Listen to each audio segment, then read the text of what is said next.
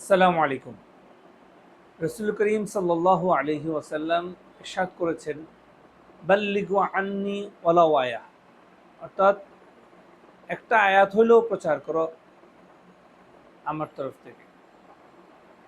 এই হাদিসটি আমল করতে গিয়ে আমি মাঝে মাঝে কোরআন হাদিসের বাণী ফেসবুকে শেয়ার দিয়ে থাকি। এমনিভাবে কিছুদিন আগে আমি একটি হাদিস শেয়ার করেছিলাম, যে হাদিসের নিচে মুসলিম শরীফ হাদিস নম্বর এত এভাবে লেখা ছিল।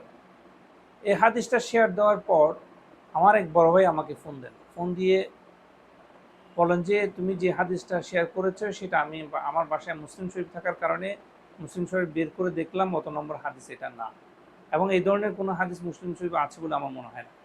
তো সাথে সাথে আমি ফেসবুকে ঢুকে আবার এই হাদিসটা ডিলিট করে দিই, এবং যে পেজ থেকে এই হাদিসটা আসলে সেখানে ঢুকে একটু যাচাই বাছাই করে দেখি, যেখানে অনেক অপতথ্য এভাবে দেওয়া আছে। আসলে আমরা আগেও শুনেছিলাম যে ফেসবুক এবং সোশ্যাল মিডিয়াতে ইহুদি নাসারা খ্রিস্টানদের বেশ কয়েকটা গ্রুপ সক্রিয়, যারা এই ধরনের অপতথ্য প্রচার করে, যারা বিভিন্ন বাণী প্রচার করে কোরআন হাদিসের নাম দিয়ে, ট্যাগ দিয়ে। আসলে এগুলো কোরআন হাদিসের বাণী না, হয়তো তাদের ধর্মীয় বাণী হতে পারে, বা এমনিতেই ভুল তথ্য প্রচারের জন্য এটা করে থাকতে পারে।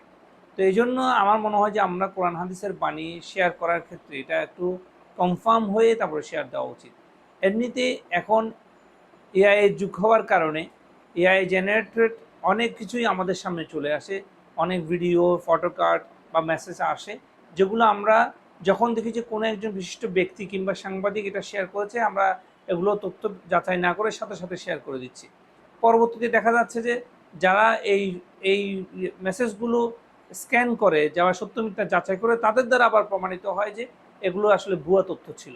তখন আসলে খুবই খারাপ লাগে, কারণ আমার এই শেয়ারটার কারণে, আমার এই ভিডিও শেয়ার করার কারণে, যার নামে এই ভিডিওটা শেয়ার করা হয়েছে, উনি যদি দেখে হার্ট অ্যাটাক করে কিংবা মৃত্যুবরণ করে অথবা আত্মহত্যার পথ বেছে নেয়, তাহলে এই দায়িত্বটা কে নেবে?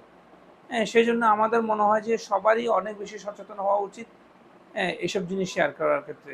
তো ভালো থাকবেন, ধন্যবাদ।